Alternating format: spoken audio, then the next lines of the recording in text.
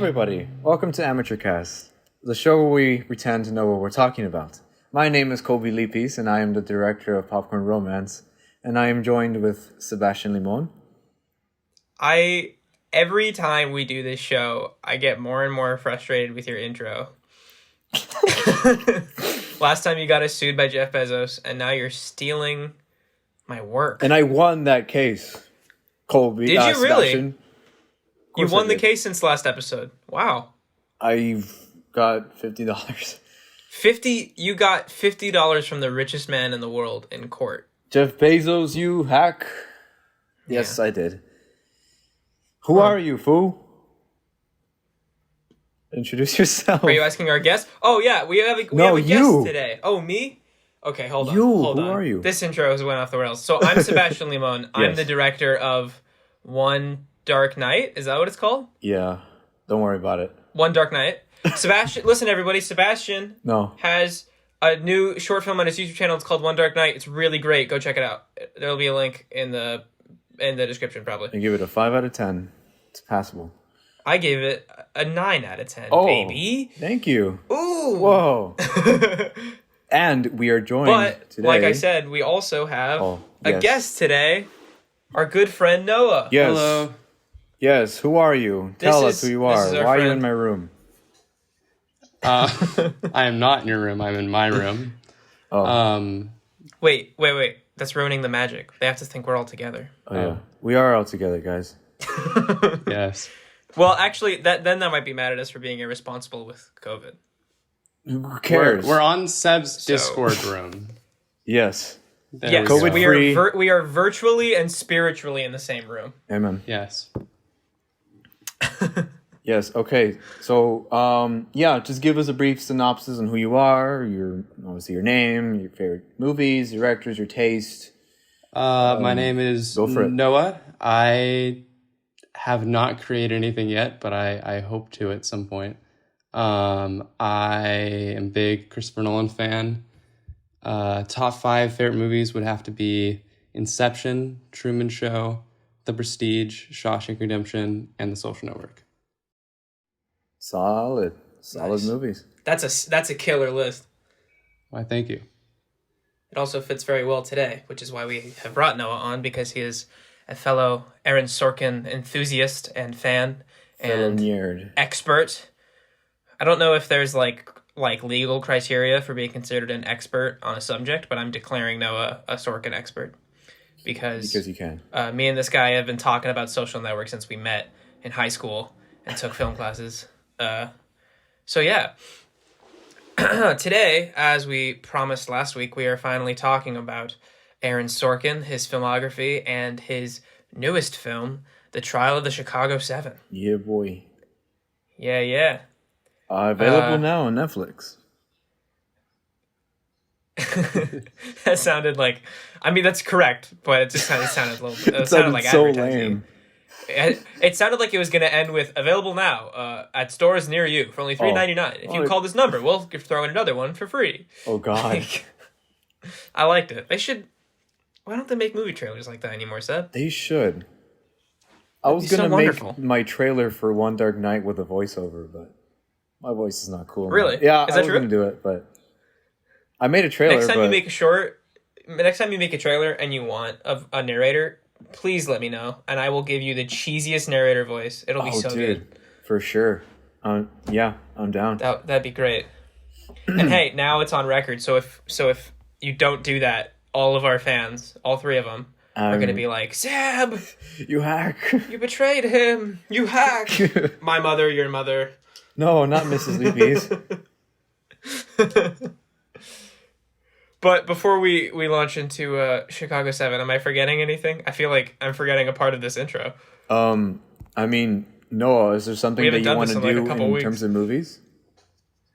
I haven't decided that yet. I want to do something, but I don't know what that's going to look like. Okay. Is there Respect. are you attracted more towards writing, direct? Well, you like you say, you're not too sure yet, but I mean, you'll figure it out, right? Yeah, my goal is I just want to make something. I want to do like some sort of short film or just put something out there in the next 4 years. Dude, do it. Heck yeah. That's awesome. But anyways, let's launch into Trial of the Chicago 7. Yeah, what'd you guys think? I have been so excited about this movie all year. One, because it was a new Aaron Sorkin movie. Two, because I liked the cast. It had Eddie Redmayne, Sacha Baron Cohen, a lot of cool people. I'm sorry. I don't mean to cut you off, but should we explain what this movie is for those who are not too sure? Oh, sure. Yeah. So if you haven't seen or heard of this movie yet, we highly recommend it. We're not going to spoil it today. But it's based on the true story of the 7 individuals who were accused of causing... who were accused of inciting intentionally a riot at the 1968 Democratic National Convention in Chicago. I'm pretty sure that year is right. I think, yeah. And it's about the trial that followed that case and how they were accused pretty unjustly of inciting a riot and how the odds were really stacked against them in this trial. It's a very kind of politically biting legal drama from Aaron Sorkin, which is something he's delivered many times before, obviously. It's very akin to A Few Good Men. Classic. You can't handle the truth. Everyone, I think, knows that movie. Mm-hmm. But yeah, I was just so pumped for this movie. And a big reason, I love Aaron Sorkin. He's one of, if not my favorite writers working today. But a big reason is just because 2020 has been so dry that this is something that I've been knowing for a while. Okay, at least I have that to look forward to. Yeah. And so it worked for me. And part of that, I wanted to preface how excited I was, just so that people know there's a little bit of hype bias here. But when I first watched it, it blew me away. I was expecting it to be great because I know and love Sorkin. But I didn't think I would have such an emotional reaction to it. It was the most really raw emotional reaction I've had to any Sorkin movie, or certainly any movie this year so far. Mm-hmm. I was crying through the whole credits, which I don't really cry in movies. That's pretty rare for me. Oh, really? Yeah. So this movie really, really worked for me. And there's parts of it where I'm hearing a lot of criticisms since it came out, even though it was pretty recently. The biggest thing I'm hearing is just that sometimes it's cheesy, that sometimes it's kind of very 90s-esque, and that's true, but I don't know, I didn't mind. It really worked for me, and after watching it, I, a couple days later, I was like, I want to watch it again, and I did. I really dug it, and it's definitely, I would say, my favorite movie of 2020 thus far. Not that it has that much competition, but yeah, that was my initial takeaway from the movie. Was just I really dug it. I loved the performances, the writing, the editing were perfect, and I would put it up there, probably tied for number 1 with another thing that we'll get to later as my favorite Sorkin movie. Yeah. What about you guys? Seb, what did you think? Yeah, so I definitely really like Sorkin. He's not my personal favorite screenwriter. It would probably be Charlie Kaufman or something. Or I don't know, anyone else. Not that Sorkin's bad, he's not, he's amazing. But I was definitely looking forward to what he would bring to this sort of story that I honestly had never heard of. And one thing that I definitely thought of while watching it is, how do people not know of this more? And I liked it. It's definitely good. I enjoyed it. I was beginning to I liked it more and more as it went on, for sure. For the first 25 to 30 minutes, I was just not sure where it was going, honestly. I don't really care that much for courtroom dramas, in my opinion. They're not, at least from the ones I've seen. So for a while, I felt like I was just kind of put into the situation and not knowing who everyone is. And as the film went on, obviously you kind of got to know, and it gets more entertaining and also kind of emotional. But what held it back for me was actually the criticism that you were saying. I think it's pretty cheesy. It's definitely the cheesiest Sorkin movie. It calls back to the 90s for sure. It feels very Dead Poets Society, especially the ending.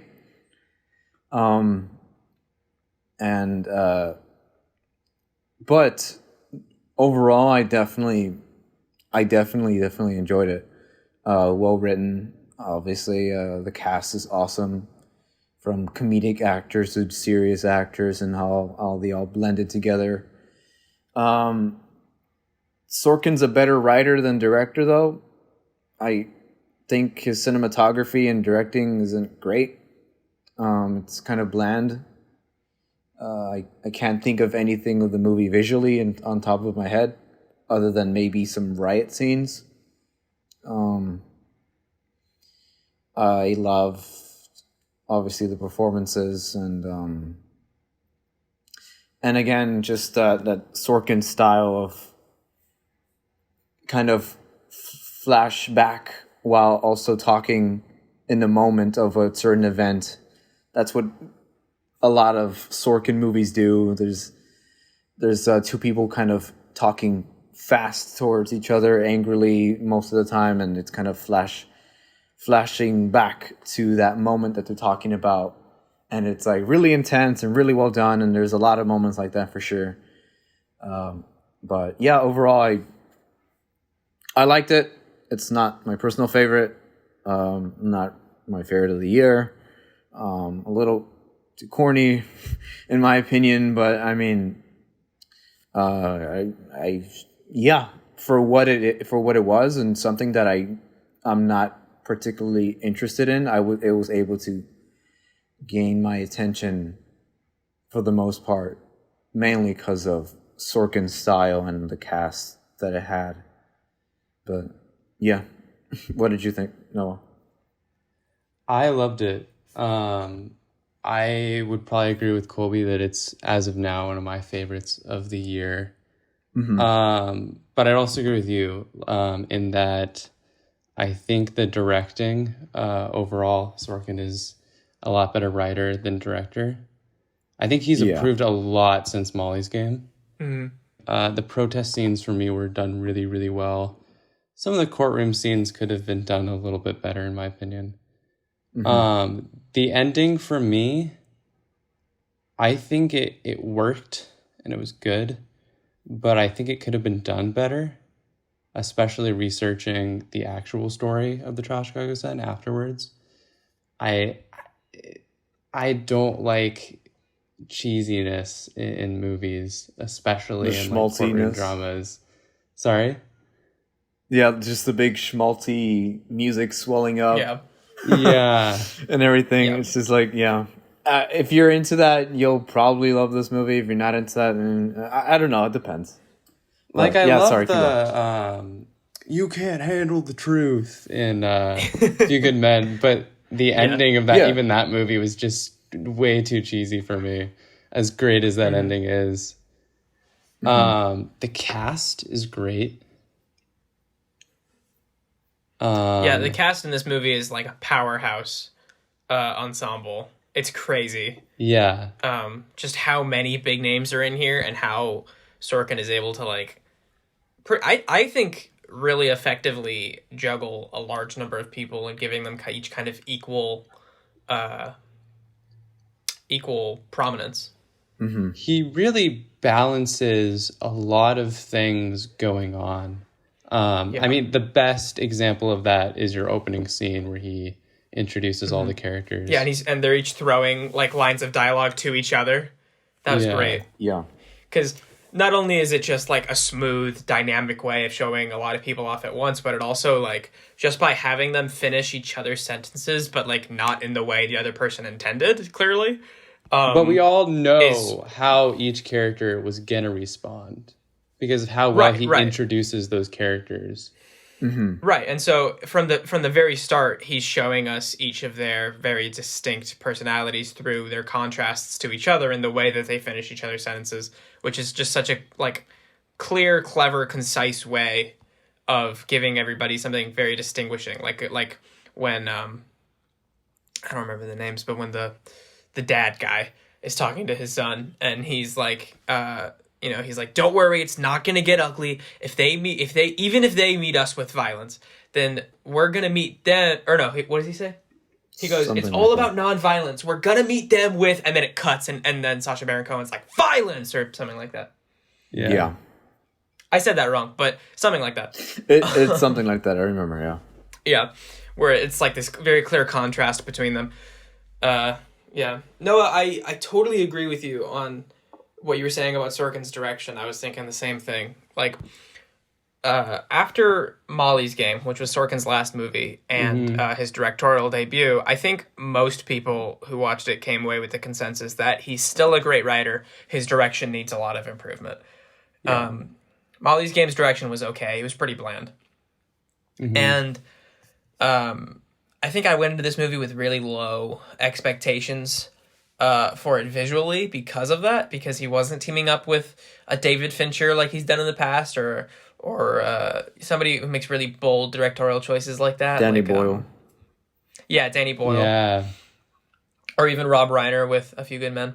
Yeah. But I was really pleasantly surprised. There's plenty of times in the courtroom scenes when it's shot very just kind of functionally, and there's not really anything super special to it, but there are times when his direction, I thought, did stand out, most notably those protest scenes, which are so... Oh, they're brutal. They're brutal. I mean, you feel every hit. It's insane. Yeah. I think he did a really great job directing those scenes as far as making them really, like, truly raw and visceral. The sound design really helps with that.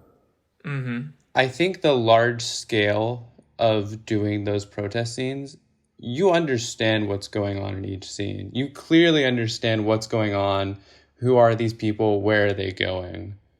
Yeah, exactly. The geography is laid out very well visually. Oh, for sure. Definitely. And like each character's motivations. And that reminded me of something because, and I think Noah, I think I saw you mention this on Letterboxd or something, but Spielberg was supposed to direct this movie like 10 years ago. Seb, did you know that? I no idea, but honestly, I could see this being a Spielberg movie. Yeah, like old Spielberg, the recent movies that he's been making. I could totally see this being something that he'd make. So Sorkin wrote this script in like 2007 or something like that, and which is funny to me because I think of it now as being like so relevant, like it's so perfect for this year specifically, in the subject matter that it deals with. But Sorkin wrote it in 2007, and it was intended to be directed by Spielberg for a while before. Which kind of makes sense why some of it is kind of corny. Definitely, it has kind of a Spielberg feel to it. Yeah. When it went into development hell, it just kind of sat around, nobody was producing it for a while until Spielberg saw Molly's Game and reportedly told Aaron Sorkin, "Hey man, you're ready. You can do it yourself." Because Spielberg liked Molly's Game, and so I'm actually, when I walked away from it after reading that, I felt like Sorkin was actually a better choice. I felt like he was the right call. Spielberg is obviously Steven freaking Spielberg. He's the master, right? He's a legend. But when it came to those protest scenes specifically, I don't know if he would have... I think he could have. He definitely has the capability to, but I don't know if he would have chosen to make them as brutal as they really needed to be. I mean, he did make Schindler's List, and that's like a brutal watch. That's true. So That's true. I'm not too sure, but you're not wrong in saying that Sorkin does a great job with those sequences specifically, really allowing you to be in the moment, the excitement of it, the rush of it, and then the dread, the fear, and the paranoia. You experience so much during that moment because you're kind of with the protesters. You're almost kind of pumped up, and then you're with the main guys like Jeremy Strong And Jeremy Strong, by the way, love him. If you haven't watched Succession, he's great in Succession. Great show. Playing a very different character than in this movie. Very different character than in this movie. Very kind of clean cut, straightforward guy, as opposed to a hippie stoner. It's stoner hippie. But yeah, you kind of... I've noticed that while watching it, the different emotional reactions that I would get from kind of being like into it to almost kind of wanting to leave. It's like, oh crap. Yeah. And basically feeling everything from it. So yeah, I would agree with you there for sure. And Jeremy Strong's performance during the protest sequence, during the climax when it really goes bad and people start fighting in the streets, and he's trying to rescue this young girl who's being assaulted by a couple of guys. Yeah. And he's trying his best, but he can't just because of all the craziness around him. And you can see, oh God, that was, see it in his eyes. Think, the first part of the movie that really made me tear up was, his performance in that scene is really, really just brutal. I mean, it's just so heart-wrenching, that whole scene. Mm-hmm. And I think the editing is a big part of should get the credit for that, because the way they intercut it with actual footage, and other than being black and white, it looks just as brutal. It's like, oh God, this happened. Mm-hmm. Yeah, and it's kind of still happening. Yeah, basically. Yeah. Oh God, I was gonna say something. Oh yeah, one thing that I really enjoyed for sure, like an aspect that I noticed that not a lot of movies, at least that are very politically heavy, deal with, is it's not too one-sided. Definitely not. It definitely shows the faults of our main characters. Mm-hmm. When it's a sequence with where Mark Rylance and Eddie Redmayne are basically kind of arguing about how a certain protest started, or not the protest, their arrests basically, and how that erupted and turned into riots. How kind of there you go. It Yeah. kind of turned into riots and just violence and you basically kind of learned that Eddie Redmayne said something terrible. Ready Redmayne? What? What did I say? Did you say ready? I meant to say Eddie. Like, you know what I mean? That was like the Scooby-Doo version. Ruh-roh, ready.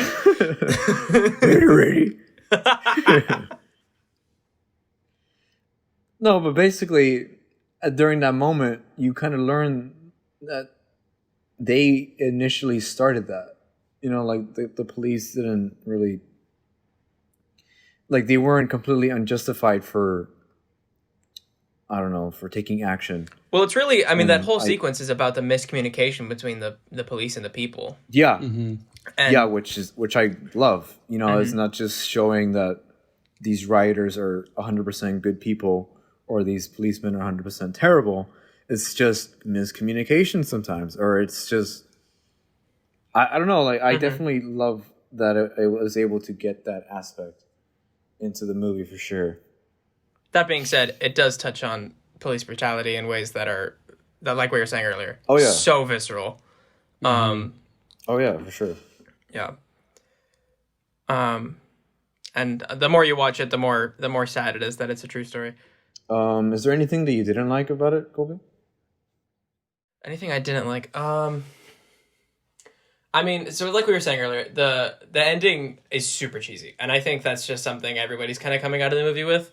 It has a very, the music swells ending, and everybody stands up and cheers, and then it like fades to black, and the white text comes over the screen and tells you what happened to the people in real life. It's super. You've seen it a million times before. And it really harkens back to a lot of. Well. Yeah, that is a little bit of a spoiler. Well, we're being little vague. No specifics as far as the story, but just that the ending is cheesy. Yeah. It's corny, yeah. Yeah. It harkens back to a lot of 90s movies, because that was a pretty common trope. And here, my take is honestly, just personally for me, I liked it. I didn't mind it. I like cheesy 90s movies. I love Dead Poets Society and A Few Good Men. Oh yeah. And with this movie, I think because I felt that it was so important this year, for me it felt earned. Like, even though it was so corny and schmaltzy, for me it felt like the movie had earned that up to this point, because for me it garnered such a emotional reaction, and I felt really, really invested in it. And so by the end, when they give you that big catharsis, it felt like that's what it had been building up to all this time. And it was like this great release. So for me, I liked it. I also recognize that not everyone's going to have the same emotional resonance that I did with it, just because not everybody has the same tastes or same experiences. So, yeah. Yep. Is there anything else to say about the trial, the Chicago stuff? What did you guys think of the editing, specifically in the courtroom scenes? Did you guys have any thoughts on that? I think it's probably going to win Best Editing. What did you think? I thought overall the movie's editing is great, but there were just a couple moments in the courtroom scene where there's one specific scene where it cut, and it felt like a really awkward cut where the judge was like yelling at someone, and then they cut to a different angle that's obviously a completely different take where he says his next line, and it feels like it felt off. I don't know. I felt like some of the comedy bits were held back a little bit from the editing in the courtroom. Oh, okay. That's interesting. I didn't notice that. But now I want to watch it again and look out for it. Yeah, I can't tell you. I don't really remember the editing that much. But I mean, specifically in the protest scenes, the editing is phenomenal. Yeah. Yeah, definitely. Like I was mentioning earlier with like Sorkin's trademark, where two people are arguing about something, an event that took place in the past, and you're kind of flashbacking to that event and to them arguing. That's when the editing works best. You're able to kind of gain information, and also be able to kind of see the character's reaction. And again, the protest scenes are probably the better edited scenes of the year, maybe. But besides that, I don't really remember much of the editing, which could be a good thing. So I don't know. Yeah, that's fair. One thing that I thought about rewatching this movie, I think this movie, it's the clearest. Like, you have Sacha Baron Cohen when he's doing his like literal stand-up comedy routines. Yeah. But Sorkin writes comedy into all his films, even like Steve Jobs and Social Network. Like, they're not laugh out loud funny. Yeah. But there's so many little like witty lines and just like really funny scenes. Yeah. Sorkin always writes movies that you would never think of as a comedy, but are very funny movies. They're witty as hell, for sure. Yeah. Yeah. Like, I think we had mentioned, like Kolby and I had mentioned in an episode in the past that him and Quentin Tarantino are like known for their dialogue because it's just very heightened and exaggerated and cool. Clever. You know, like, people don't talk like that in real life, but you love it because you kind of wish that people... Yeah. Yes. I wish people were that and so everybody's witty. kind of witty. Yeah. It just sounds awesome. It's like music to the ears. You can't really explain it. It just sounds great. It sounds like a classic... Like a classic movie, almost, in a way that every line is like, you know, like we were saying, witty and out there. But yeah. On that note, there is a super important scene, and I'm not going to give away plot details for spoilers, but there is an important scene in which the characters actually like out loud analyze the grammar of a different character's previous statement. And like, that is so on the nose Aaron Sorkin. Like, it kind of feels like a parody, like Sorkin parodying himself. And that's totally something Oh, I could see somebody that's being funny. annoyed by. Like, that's such a random thing to put in here, but I'm just a huge, like, linguistics nerd. So I loved that. I thought that was so great. But you know the scene I'm talking about? I think so. No. When Sacha Baron Cohen is basically critiquing, like, Eddie Redmayne's grammatical I do mistakes, remember. but it's Okay, like yeah, no, very I do important to the story. Yeah, that's all. That's all. Yeah. Yes. But I do remember. that was Yeah, so. yeah. That's another instance where it's a little bit corny, but I liked it just because I'm a nerd for that stuff, and because I was I good like with that, I Sorkin's style. Mm-hmm. Yeah. I do really like it when, I mean, especially with corny movies, when it really takes itself seriously throughout the corniness. And I feel like Aaron Sorkin does that a lot. Like, no matter how corny or cheesy or strange it gets, the movies take themselves really seriously, and that works really well for me. The music I wanted to touch on quickly, because I loved the music in this movie, and I don't think I was expecting to as much as I did. But the score was really great, and specifically the original songs by Celeste. There was the first one in the credits called "Hear My Voice," which is great, and then there was another one called "Take the Hill," which I was my favorite from the movie. I really loved that one. That was kind of like a very hard rock anthem that played at the end of the credits and was kind of using some similar motifs to the protest scene. It's a very kind of aggressive song. Did you guys have any thoughts on the music? Did that stand out to you at all?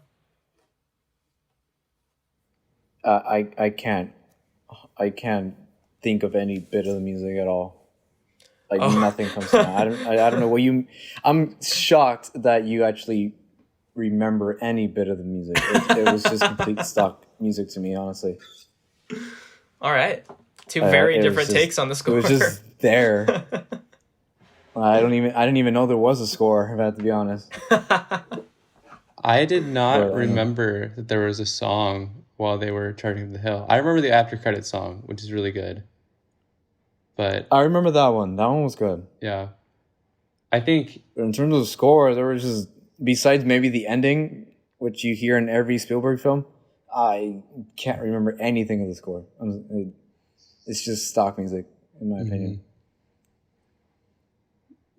But it wasn't bad. It was good. It was a good score. It's just not the most memorable. It's just like there. Afterwards. I don't know. Maybe I'm elevating it because there hasn't been any other good scores this year. Wait, hold up, Kolby. Repeat that last statement. Oh shoot! What am I? Are you gonna yell at me? Ludwig Göransson's Tenet score was superb. Like it. It was just. It felt like he was trying too hard to be Hans Zimmer. I'm sorry. I'm sorry. I was a big fan of that score, but I respect your opinion. Thank you. That's so cool. I'll go sit in the corner and listen to Trial of Chicago 7. You go sit in the corner and listen to Tenet. Okay. Yeah. Now sit in the corner listening to the Borat score. Yes. I don't know. To the Kazakhstan national anthem. To the Kazakhstan national anthem. Kazakhstan, the greatest country in the world. The number one importer of potassium. Something like that. Okay. No, the score I'm looking forward to is the score for Mank. I cannot wait for that score. Yeah, that's gonna like classic movie score. Atticus Ross and what's the other guy's name? Reznor, I think. Trent Reznor have 2 scores coming out this year. They have Mank and Soul. Mm-hmm. Oh, Soul? The Pixar movie? Yeah. What? I know. So random, but okay. I know. But I'm looking forward to it. That sounds awesome. Can we all They're agree? Great composers. Can we all agree that Social Network's score is amazing? Is that a score we all agree on? Yes, absolutely. And that's a great segue. I mean, we'll get to it, obviously, but first we have to rate Chicago 7. What do you guys rate it? I believe I give it a 4 out of 5. I was gonna say out of 10. I'm like, wow. No. So 8 out of 10. 8 out of 10.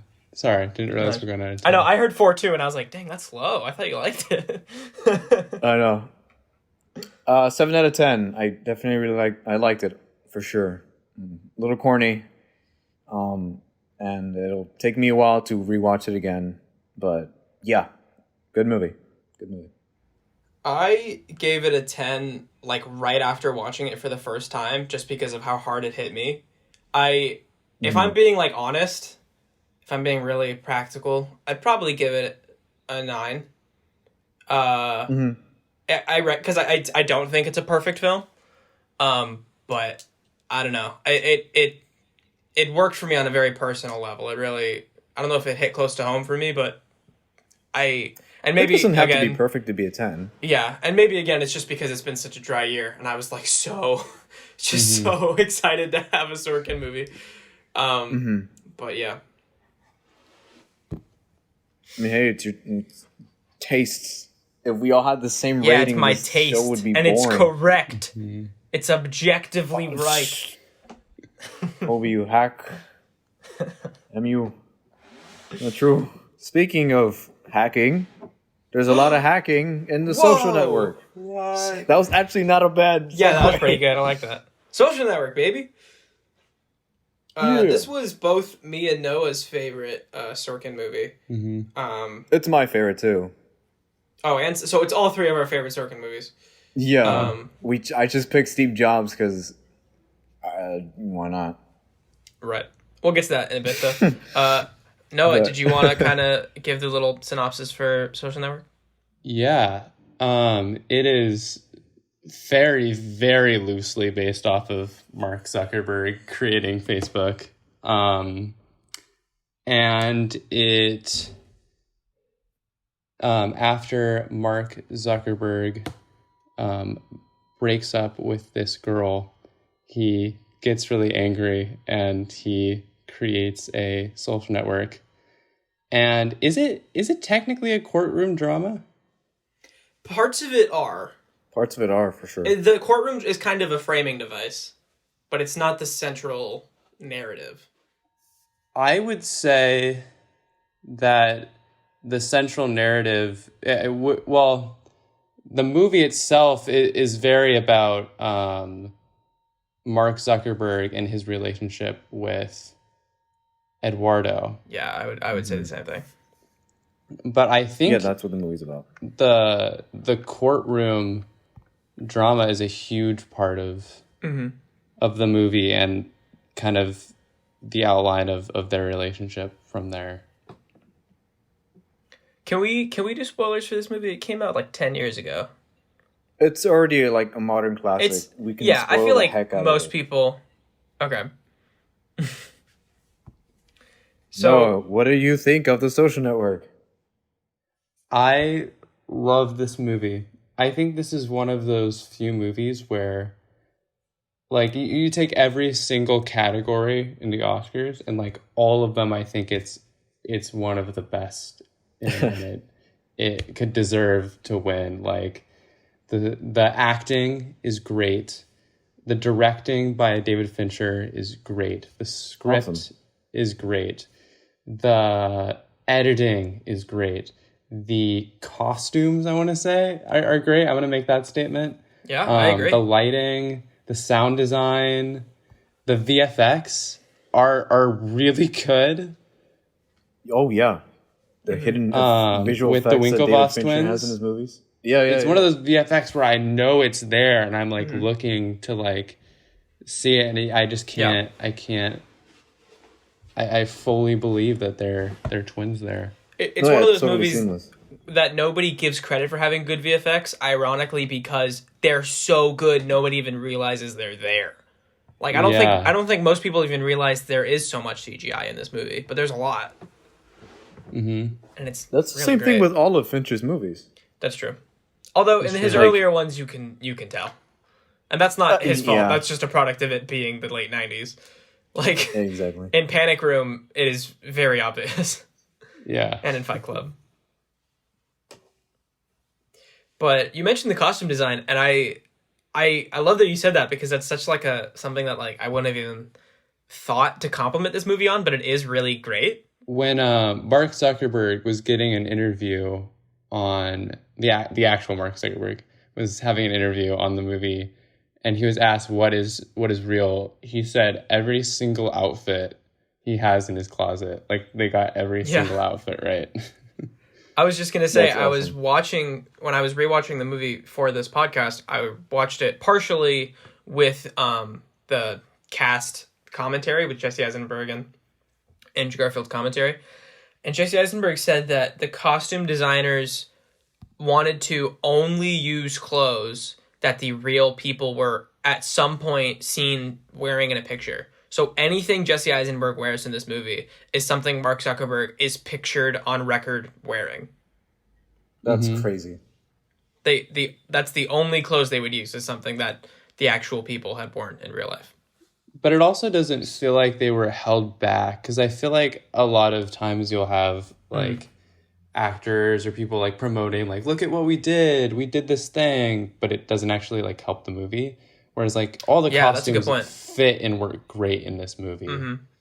Yeah, that's a really good point. Yeah, the costumes are a really great way of like just like indicating the character's status. I feel like it's ironic because in the courtroom scenes, Mark Zuckerberg is severely underdressed, but I feel like in a way that gives him the power that he holds, because it shows how above everyone else he feels. Like, he's such an egomaniac, but he's also a genius. And so he comes into these courtroom scenes and everybody's wearing a suit and he's wearing a hoodie and sandals. And that should make him feel like the butt of the joke in the room, but instead, partially because of Jesse Eisenberg's performance and Aaron Sorkin's writing, it really makes him feel more powerful, because it's so much like, you are all below me. You don't deserve for me to wear a suit.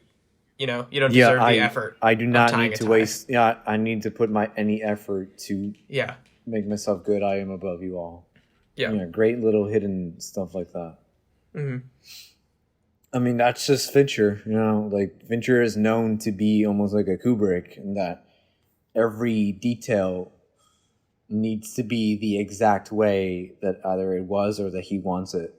And so I'm not surprised to hear that the clothes that they wear in the movie are actual clothes that the people wore in real life, which is... Yeah. That's awesome. That's honestly really awesome. Yeah. Seb, what about you with like what was your experience with this movie, watching it for the first time? What's the Seb review of Social Network? I mean, well, when it came out, I was like 10, but I remember the rave for it because it was pretty big when it came out. It's definitely a modern classic for sure. It's one of those movies that I feel like anybody can love, or at least like and appreciate. And I can't see anybody not be enthralled by this movie. So for the longest time, I wanted to watch it. And it's one of those movies where I kind of grew up watching bits and pieces of it, not the entire thing. So when I finally got to sit through it, it's as great as everyone says it is. The writing is sharp, the acting is perfect, the framing, the editing, the pacing, directing, the score. I mean, it's a great tale of friendship and what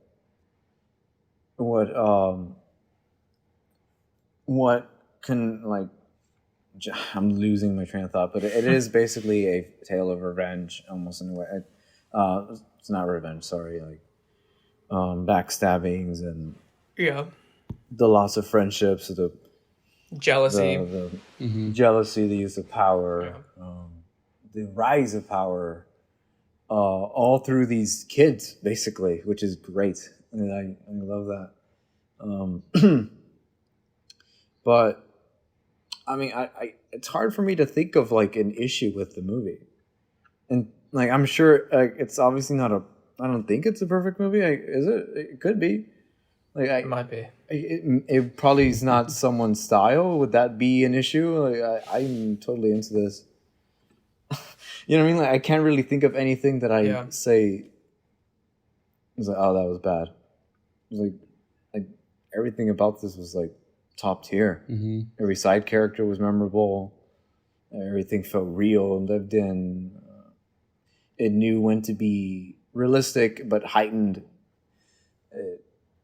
It's just a great story. Like, one thing that I love about Sorkin is that he doesn't, like with his real life biopic movies, he doesn't make typical cliched biopics where it's them as kids and then growing up with abusive parents and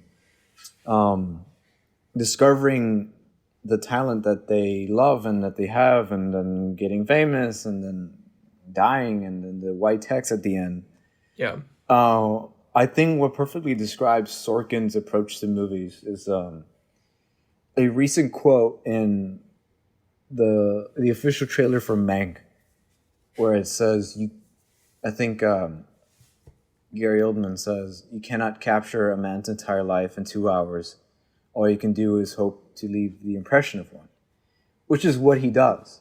He takes specific events, and even with Steve Jobs, he doesn't even show his rise or his fall. It just shows specific events in these people's lives and makes a movie out of it. He doesn't tell their story. He just takes these real life characters and puts them in this movie.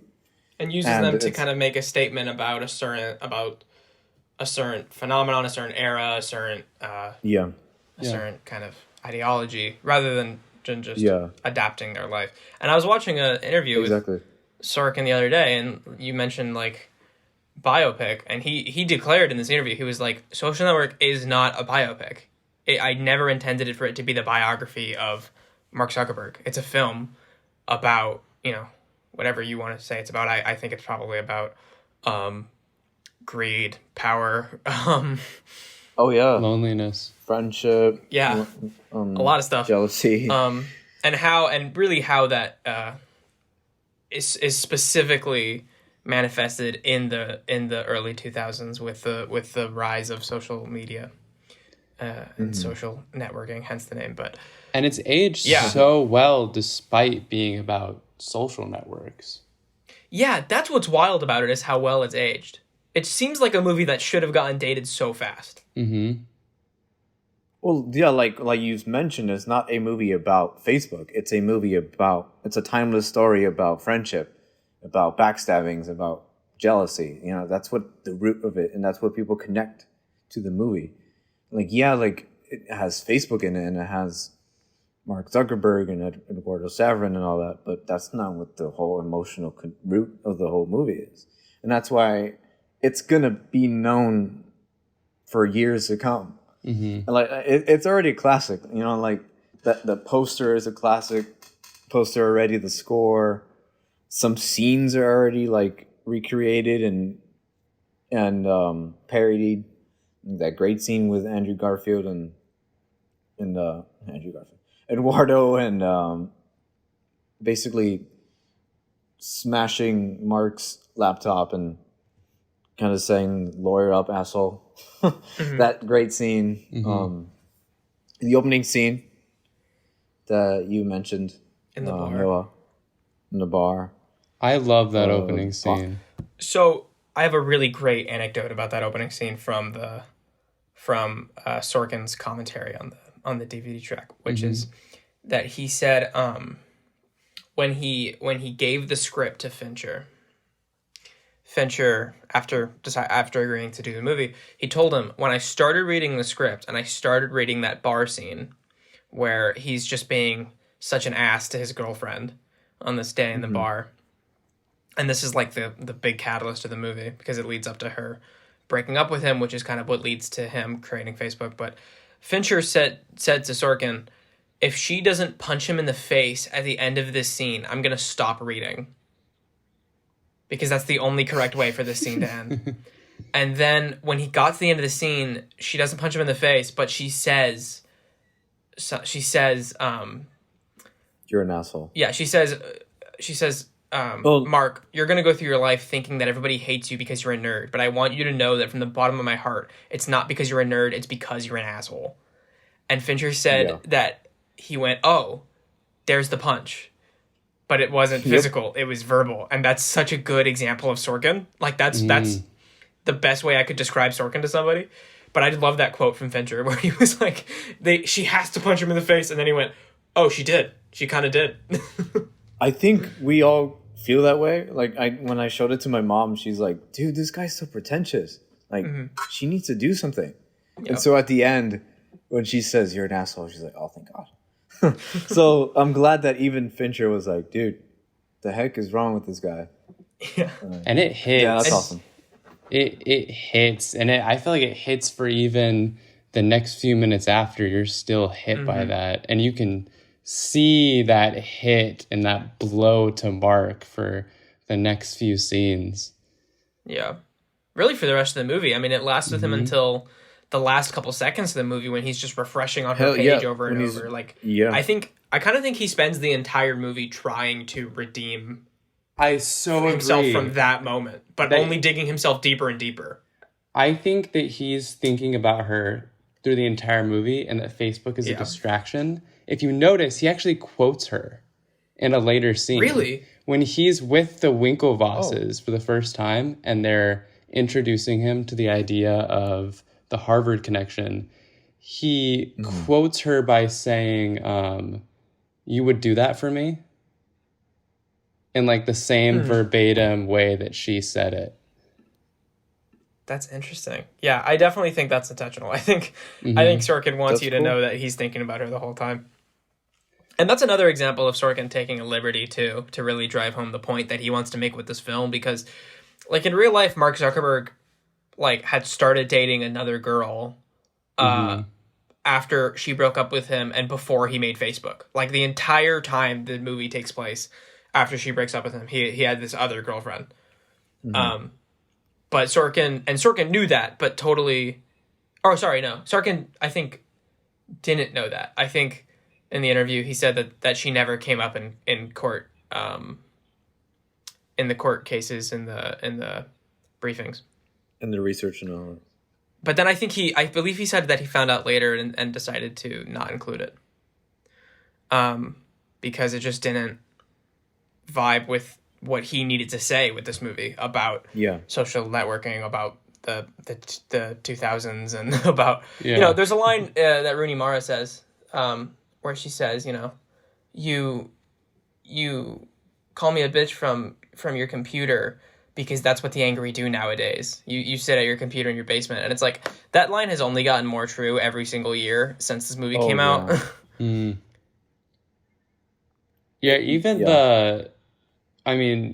Everything it says about social networks and Facebook still, I think, rings true today, and I think still applies to now, and for the better, for the worse.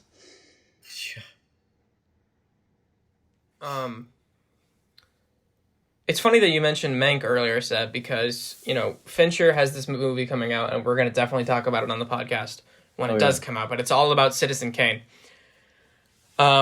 And so I think that kind of tells us that Fincher has said in the past that one of his favorite movies is Citizen Kane, so he clearly has this fascination with it. And this movie has kind of reminded me of Citizen Kane for a while. And I'm gonna be giving this movie a pretty huge compliment here, but I think it's the closest thing that has come out to Citizen Kane maybe since Citizen Kane. Wow. In the sense of parallels to it, because it's really... they're both very, very specific to their decades, but I think when you break it down to the skeleton, they're telling the same story. It's this kid who is just like, he's gifted. I mean, he's really smart, but he's just this kid, right? And it kind of chronicles him, growing in power and in arrogance and gaining this God complex, whereby he betrays his friends and his ideals and becomes kind of this legend, but like at what cost? And the whole time he's just yearning for when he was younger. In Citizen Kane, it's actually like when he was a kid. In this, it's like last year when I was still dating Erica. But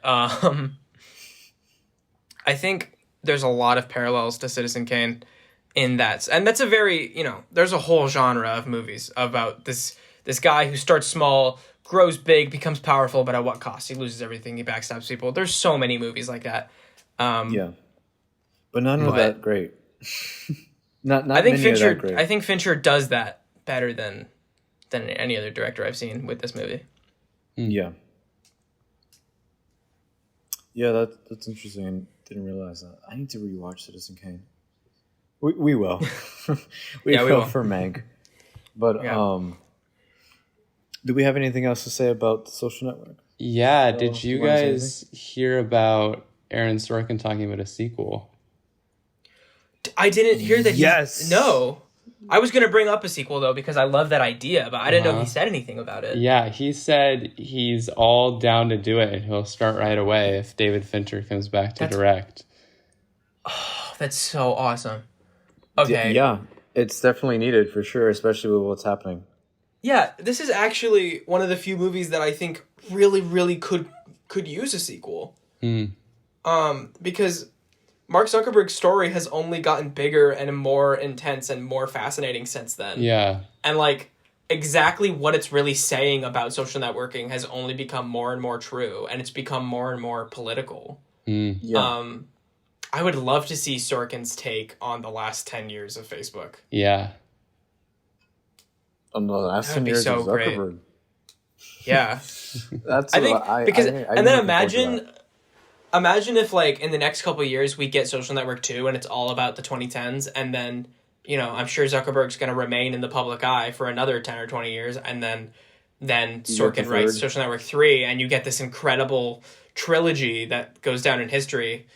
And they're each like 10, 15 years apart. That'd be so cool. That would be amazing. It's almost like the Before trilogy, but with terrible. I was going to say that too, yeah. Where it's the anti-Before trilogy instead of being this wonderful escapist little delightful romance. It's like here's everything that's wrong with the world this decade. Exactly. Yeah. No, that sounds awesome. I hope that happens. Yeah, that'd be great. Noah, you mentioned the Oscars, and I still can't believe this didn't win Best Picture, man. I know. King's Speech is great and all. It's good. But it's not The Social Network. Social Network is better. I'm sorry. I'm not a fan of Tom Hooper before it was cool, before Cats happened. That's true. I can vouch for that. That's true. Well, for what? What movie? Les Miserables or what? Yeah, I'm a huge Les Mis fan. So of the musical, right? Of the musical, yeah. But Not the movie. And it's weird because my introduction to the musical was through the movie.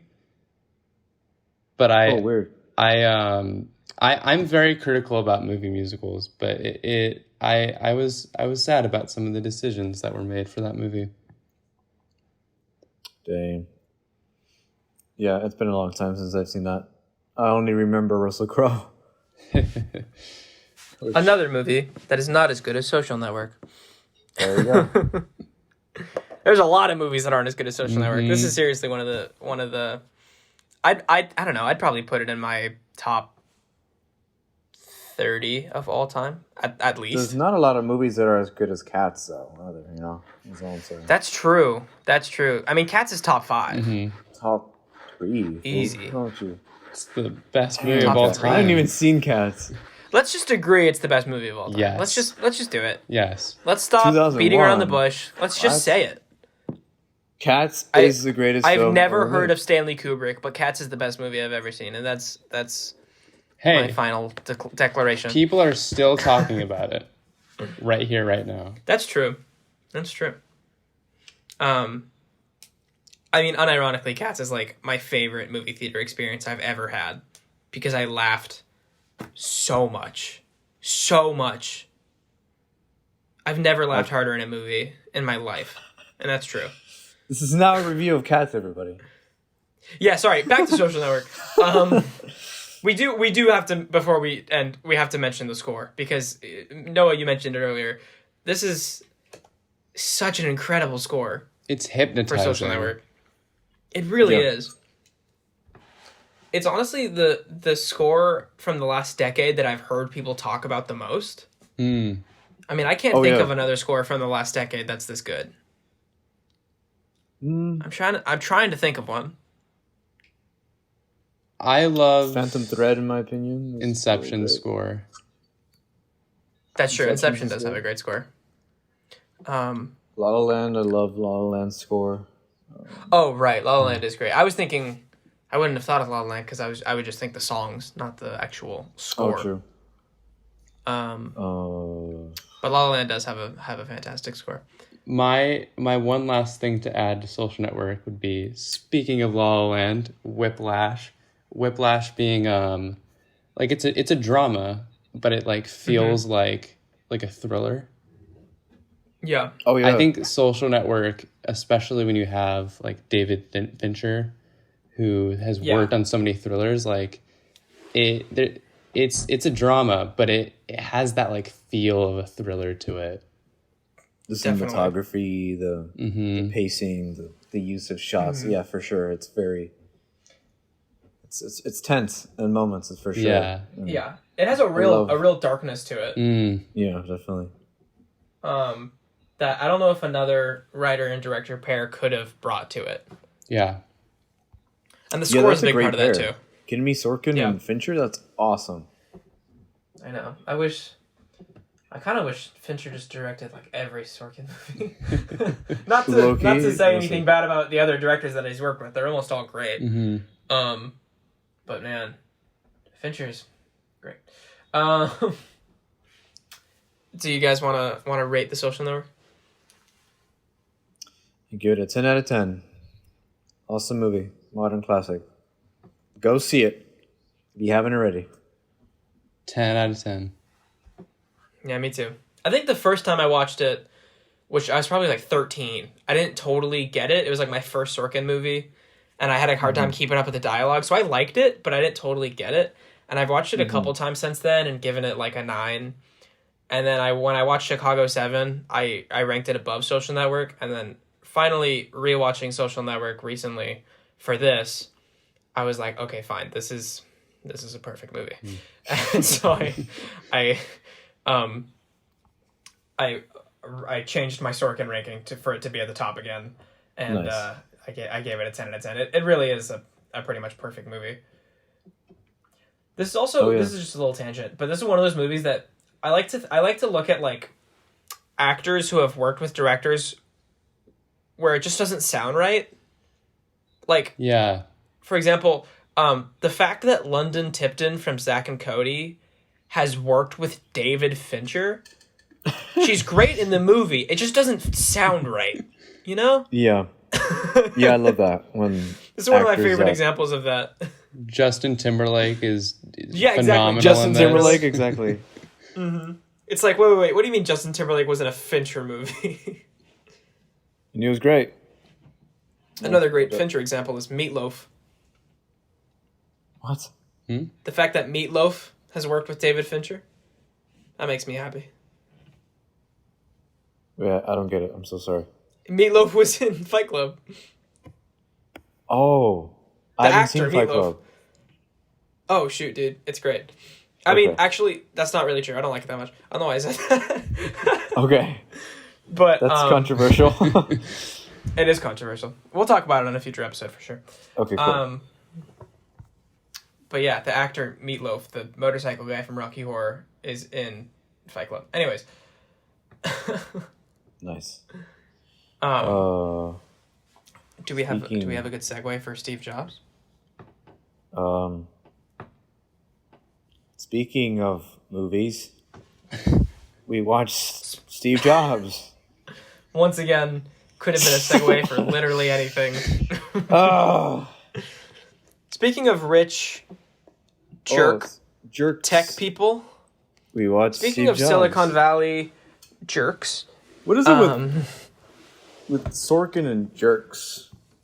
These genius Sorkin jerks. Pretty much exclusively writes true stories about genius jerks. Oh yeah. It's great. I mean, his style and his writing works for sure because it makes them intriguing to watch and listen rather than this guy's an ass. So Yeah, it makes sense. Speaking of a guy being an ass, we watched Steve Jobs. Yay! There you go. Yay! Seb, tell us about Steve Jobs. Introduce Yeah, okay. So this is not my favorite Sorkin film or written film. Social Network is, but I wanted to talk about this because I still think it's actually pretty great. It's about, it's not a biopic again about Steve Jobs. It's essentially takes place minutes or even like a couple of hours before certain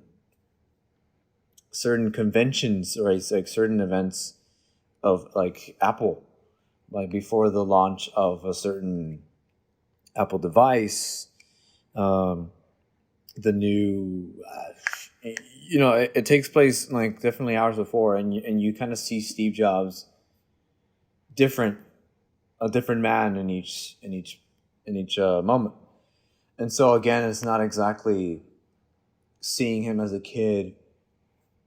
It's not a typical biopic. It's really kind of a character study almost about Steve Jobs during these critical moments in Apple history. And it stars Michael Fassbender as Steve Jobs, Kate Winslet, Seth Rogen, and Jeff Daniels. And one of my favorites, Michael Stolberg. Love that man. And it's definitely a very Aaron Sorkin-y movie. His writing sometimes overshadows the directing, unless it's David Fincher. Danny Boyle, I haven't seen that much of Danny Boyle, but so I can't really distinctly say what is Danny Boyle's style. I definitely was able to see these unique choices in cinematography and the way scenes are presented for sure through Boyle, but I can't. Like it's of course it's a Danny Boyle film, but I always consider Steve Jobs to be an Aaron Sorkin film because it's so wordy and so Sorkin. It's so Sorkin, and it could work as a play. I don't know about you guys. Like I can see this definitely working as a play, but I mean Sorkin started. Yeah, what do you guys think? Plays. He started on Broadway, and Sorkin like describes himself as a playwright posing as a screenwriter. That's what he said in interviews. So it definitely has a play feel to it, like a lot of his movies do. Noah, what did you think of Steve Jobs? I really enjoyed it. Fassbender's performance is great. The writing is some of Sorkin's best. I loved it that the movie. Are we spoiling? Oh yeah. Sure. Yeah, this came out 5-6 years ago. Yeah, this isn't like a huge spoiler, but the start of the movie and the first scenes, what the movie's about, I feel like you don't really realize until later on in the movie. Like it feels at first like it's about Steve Jobs and Apple, and then it sort of shifts into being about his relationship with his daughter, which I really liked it. Movies that kind of shift their focus and you find out what it's really about. The heart and center of the whole story, for sure. Yeah. I love that aspect for sure. You were mentioning the opening scene. The opening few minutes of this movie is pure Sorkin. It's great. Yes. It's probably I don't want to say it's my favorite stuff of Sorkin, because Social Network, but it's really up there. It's high up there. It's like, I don't know, everything about it is just so heightened. You get who Steve Jobs is and just the words that he says, how people view him, and the control that he has, and while also sounding cool. I mean, that's Sorkin. That's what he's able to do best through his films. I agree with you in like what he's able to do best in his films, and I feel like with this story, the strengths of Sorkin's writing are highlighted the most. Like in interviews, he talks about how using the dialogue to like establish like what does a character want, what is a character trying to achieve? And the whole movie is pretty much just Steve Jobs trying to like want something and trying to achieve something. And it really, really works with Sorkin's dialogue and writing. Mm-hmm. Yeah. The big thing about this movie that has always stood out to me and that I think has always really dictated my feelings on it are its structure. And I feel like we need to break down its structure because it has the most fascinating and like... It's a movie that's really driven by its 3-act structure, right? The movie is basically 3 scenes. It's basically 3 long scenes. Long scenes. Yeah. Each of the 3 acts of the movie, each of the thirds of the movie's runtime, take place in real time, just before a Big Apple presentation. Yeah. But each like 10 years apart. And I think they have really distinct feels to them. They're shot on 3 different films. Did you notice that? Oh, is that true? Yeah. No. Yeah. When I started watching it, I got... Because I had seen a scene of it before, and it was high, nice quality. And I started watching it, and I was like, is something wrong with my like TV or something? But they shot it on lower quality film for the first act. And then better for the second. And then third, it's really clear and nice. Yeah, the first act is 16 millimeter. The second is 35, and then the last act is digital. Yeah, almost kind of seeing like the progression of digital through the years.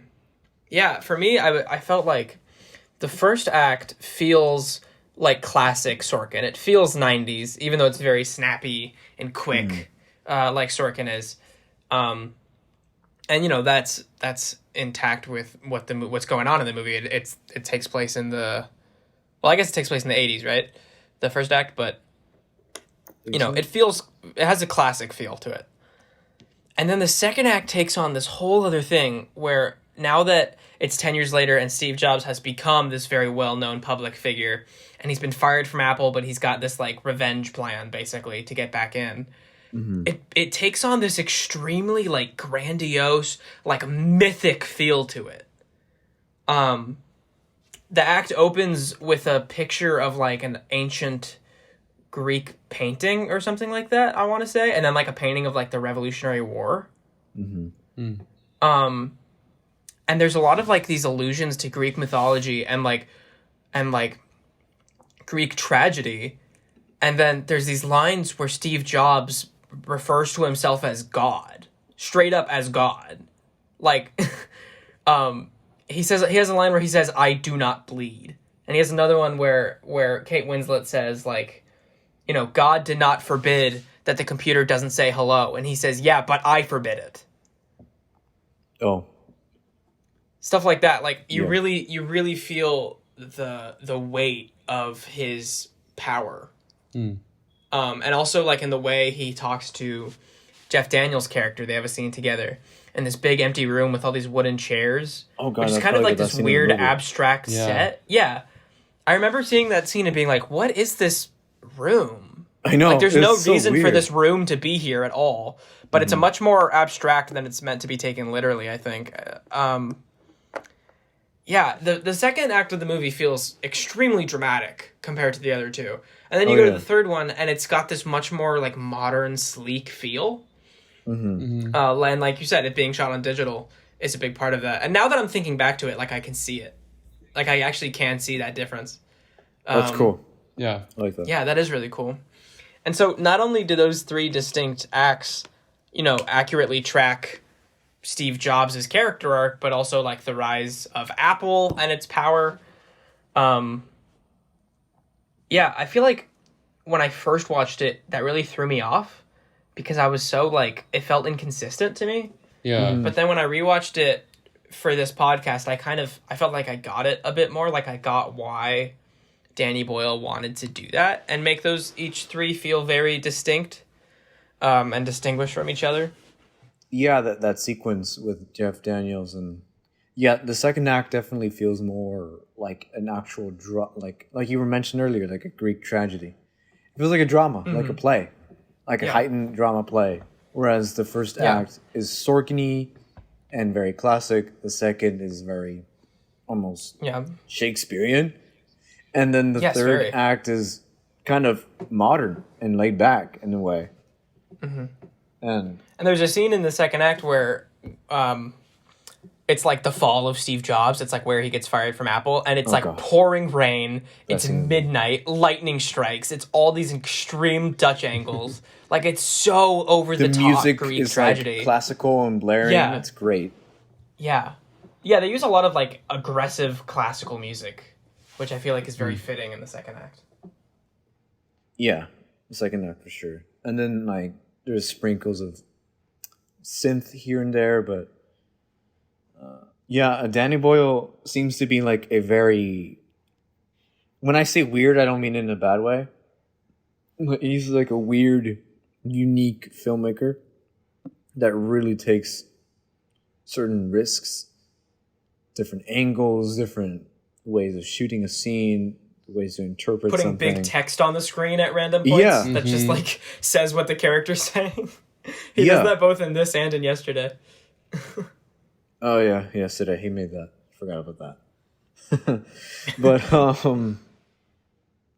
no, yeah, it's a unique experience, and it's just more proof as to why typical biopic movies just make me so mad, because you can make great movies out of any story.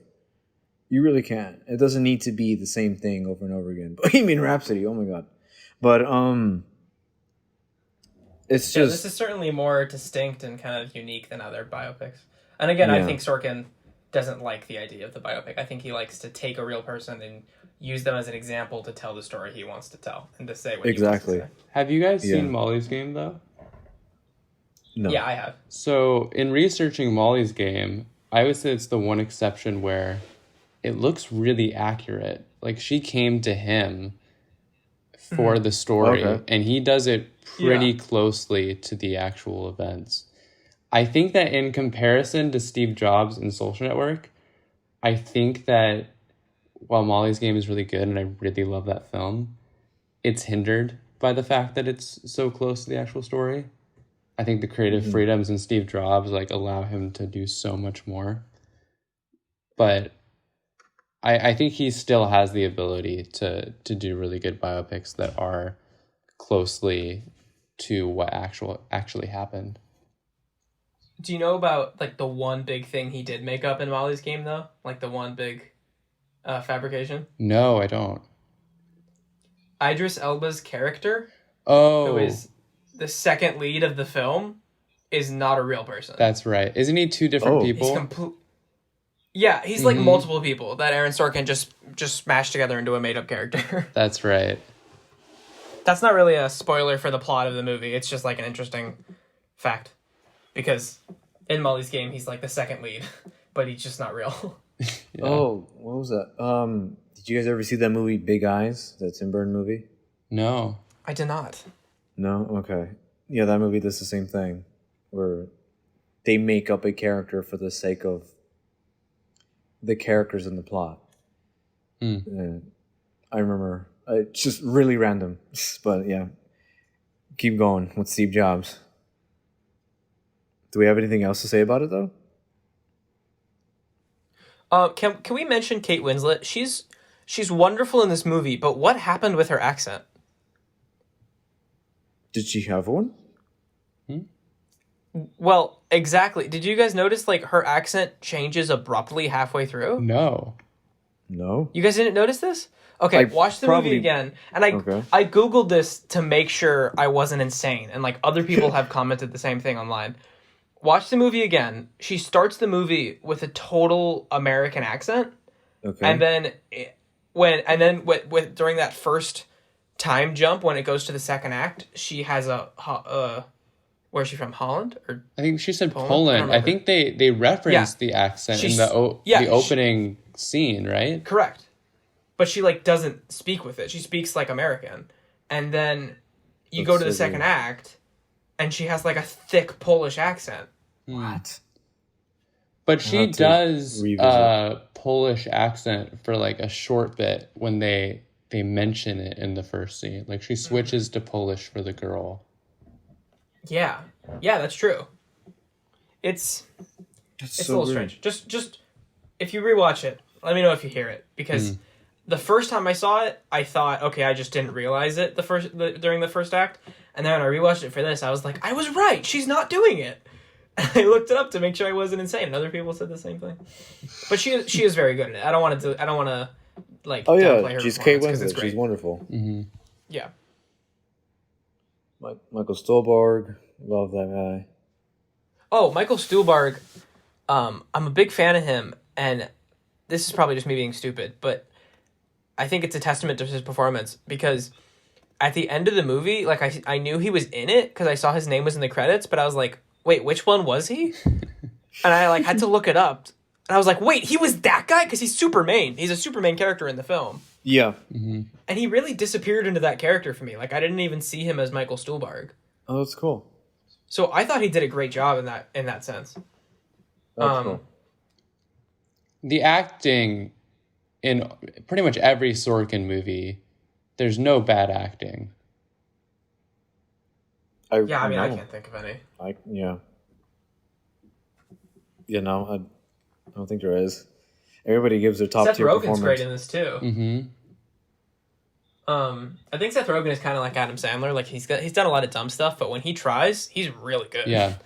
And he's great. Adam Sandler's better, but yeah, Seth Rogen can definitely. Yeah. Well, I don't think Seth Rogen has had that many opportunities to really show acting abilities as much as Adam Sandler has. But I would like to. That'd be cool. But he does a really good job as Wozniak in this movie. Oh yeah, he's good. I think if I had to choose someone in this movie that feels the most real, like they actually exist and they don't feel like heightened, it's Seth Rogen's character. Like, he feels like, oh, for sure, like that's who he is and that's what he does, and he's an actual chill dude. And I feel like that's partially because Steve Wozniak is actually kind of the most of just like a good, nice, chill dude out of the real people in this movie. Especially compared to Steve Jobs. Yeah. Yeah, definitely. Who's mesmerizing in the movie, by the way. Yeah, Michael Fassbender is great. But on that note, I wanted to ask you guys if you ever felt like the movie was a little bit too forgiving of Steve.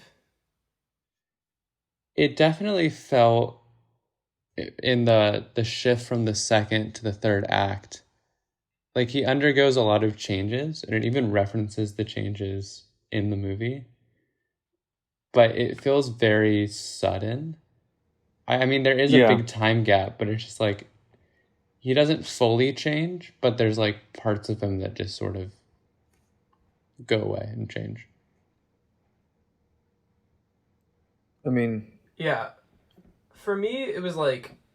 Because the movie, up until the third act, really, really shows you how awful he is to people. Oh, yeah. They do not hold back.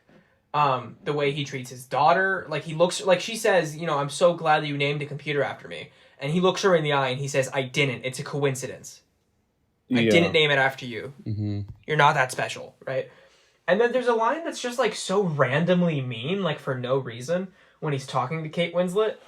And she's speaking in, like, her thick Polish accent. And she starts telling him a story from, like, her home country. And he's like, shut up, Yentl, I don't care. Yeah. It's, like, so out of nowhere. I was like, jeez, calm down. Like, he is super, super mean in this movie. Oh, yeah. And there's like this running subplot with Seth Rogen really wanting him to thank the Apple II team in his speech and him refusing to do it, which is like pretty categorically wrong. Like, he's in the wrong there. I feel like like undeniably, and he never redeems himself for that. He never agrees to do that. But the end of the movie really feels like it gives him a redemption that I didn't necessarily know if he needed or deserved. Earned. I don't know. I'm still kind of thinking about it. I really like his scenes with his daughter in the third act, who's that young actress does a really great job. The dialogue they have, the arguments they have, and the way that at the end he tries to reconcile with her and get her to forgive him and like really tries to be a better father to her.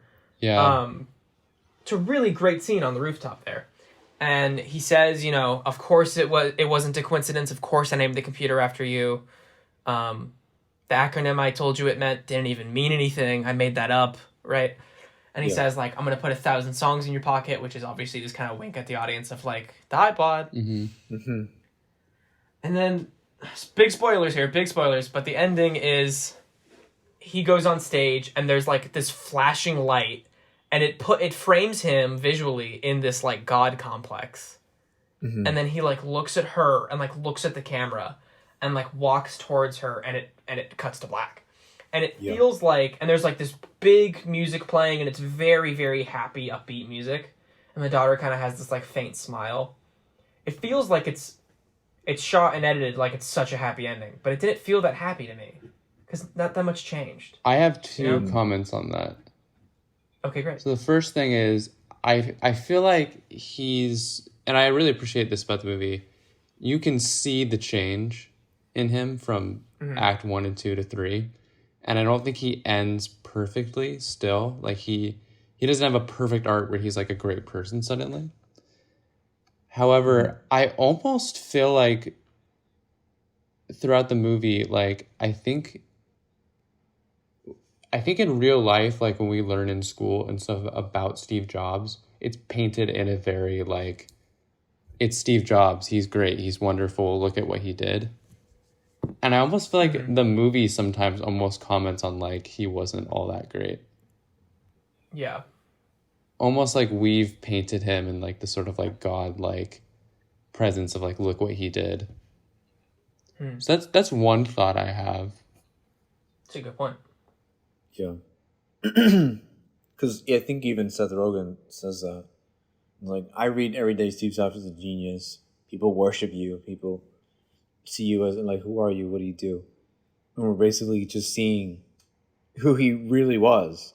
Just this jerk. But at the end, while not perfect, he was able to kind of reconcile with his daughter. And I'm pretty sure the scenes of him not exactly kind of having an emotional arc with the other side characters is intentional. I'm not too sure, because I did feel that with you, Kolby, also. Not the ending, but more of, there are things that were definitely set up throughout the movie that doesn't get an emotional payoff of him realizing what he was doing was wrong. I'm pretty sure it's intentional. But I think so too. I don't think Aaron Sorkin makes, oversights. I don't think he forgets stuff. So I do think it was intentional. So yeah, I do think in the end he really reconciles with his daughter, but kind of doesn't redeem himself in other ways. And I'm a little unsure how I feel about I'm sure that's what the movie was trying to be about. Yeah. I do like that in theory. I like that it doesn't have to make him suddenly magically perfect at the end. Because that would just be a lie. Yeah, for sure.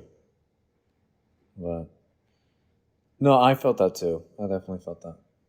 Which is probably what keeps it away from being something as great as a Social Network, where throughout the movie you can kind of see Mark Zuckerberg kind of feeling bad for doing and saying what he does. And in the end, kind of almost... again, that movie also kind of ends not everything perfect either. Definitely. It ends with basically the actual... what is it? The trial? It's not even over. The deposition. Yeah, it's like not even over. And yeah, that's true. The movie is at that point, but... yeah. I think that comes down to directing too, because in script they have really similar endings where like these people have gained all this power but lost all their friends. And like in Steve Jobs there is this really powerful last scene with Michael Stuhlbarg's character where I don't know the exact wording, but Steve Jobs says something like, it doesn't matter whether or not you like me. And then as Michael Stuhlbarg walks out, and they've known each other for like 20 years at this point. And you've been following their relationship the whole movie, and he turns around and he says, "Just for the record, I never have." And Steve says, like, "That's too bad. I've always really liked you." Even though you've been watching him treat him like crap this whole time. Yeah. And that's their last scene together. That's the end of their character relationship. Yeah. So it's similar to Social Network. Like, it's a similarly sad ending, but the direction of it is a little bit less clear on the regret, on the remorse, you know? Social Network, I think, ends in a place of great remorse. Where Steve Jobs is a little bit more ambiguous. Because the ending is really much more from the daughter's perspective than from Steve's. Okay. Do we have anything else to say about Steve Jobs? I give it a 8 out of 10. Me too. Yeah, great movie. It's just not like, it's not Social Network, but it's still great. It's Aaron Sorkin. One of his better written movies, in my opinion. Like, definitely. The dialogue is insanely good. And just the structure is so unique. Didn't it not even get a screenplay nomination? That's insane. Yeah. Really? It won the Golden Globe, but it didn't even get a nomination. I don't know why. That's weird. That's strange. Are we done? Well, with the movies? Yeah. Guys, we did it. So we finished Sorkin. There you go. Guys, Sorkin's over. We defeated him. Take that, you hack. Just kidding. Sorkin. Please hire me. Sorkin, I love you. Okay. Yeah, so before we close, what have you guys been watching lately? Speak, Noah. Any recommendations? I have been watching a lot of anime lately. Nice. So I just finished Violet Evergarden off of Netflix. Highly recommend. Who in the Violet what? Violet Evergarden. All right. So interesting. What's that about? Great writing there. It's this character who she grew up as a soldier, and then the war ends and she's all alone, and she's dealing with the aftermath of trying to settle in because she's never lived a normal life, and she's trying to learn what love and empathy is when all she's done is seen like been brought up to kill.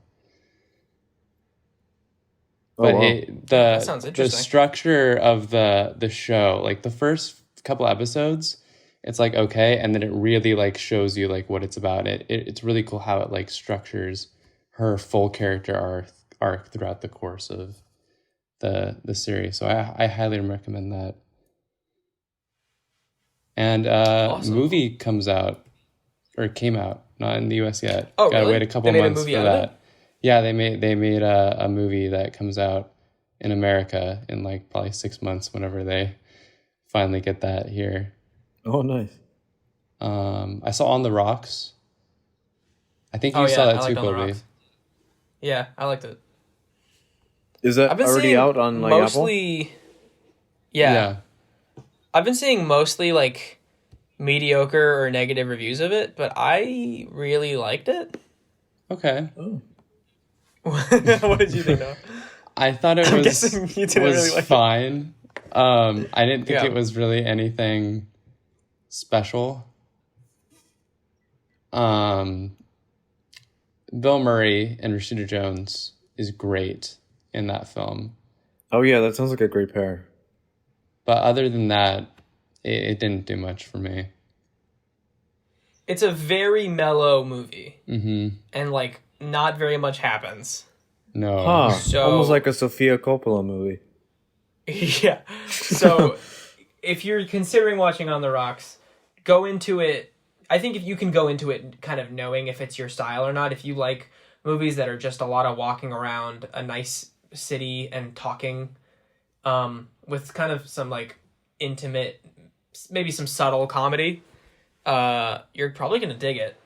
But if you need some real plot, some real character development to happen, you probably won't like On the Rocks very much.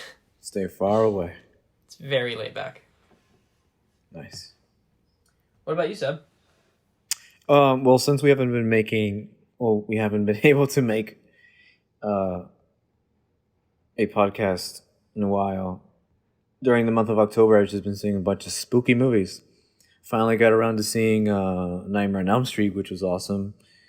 Rewatched Carrie, which was great. The Shining again, awesome.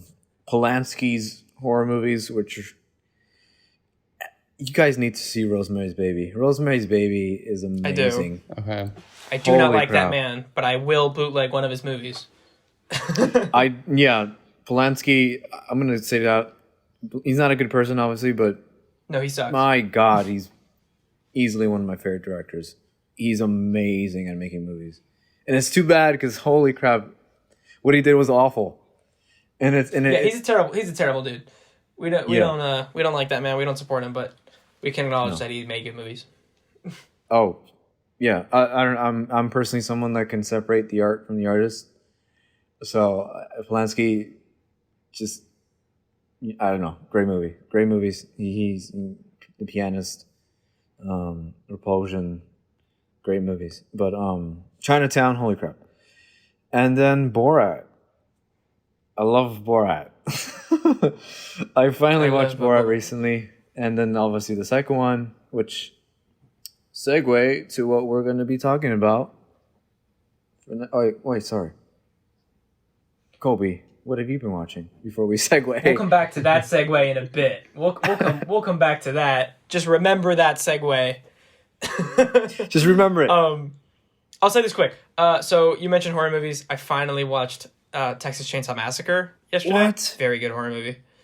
How did you see it? I had never seen it, so no, I haven't seen it. How did you see it? IMDb TV for free. Are you serious? Which is a really weird. I guess it's a streaming service. It has terrible, terrible ads, but it's free. Okay. So, I guess that's a streaming service. You can access it through Amazon Prime. But since last episode, I got to watch 2 movies early before they come out in wide release through some virtual film festivals, which was really awesome. And I was excited to talk about it on here because, I've never been able to attend a film festival before because they're a lot of money, and if you don't live near them, then you have to buy a plane ticket, which is a lot of money. So, and I've had school.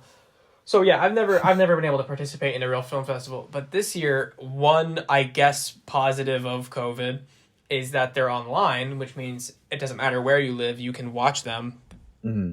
If you sign up and you buy the ticket, you can watch it at your house, right?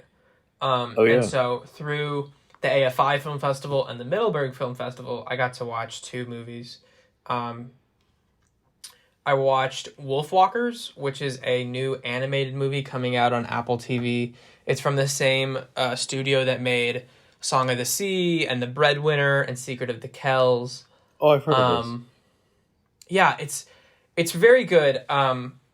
The plot is super Disney. You've seen it a million times before. Okay. The story is very by the numbers, formulaic, but it's cute. It's nice. There's nothing wrong with it. It's just kind of you've seen it before.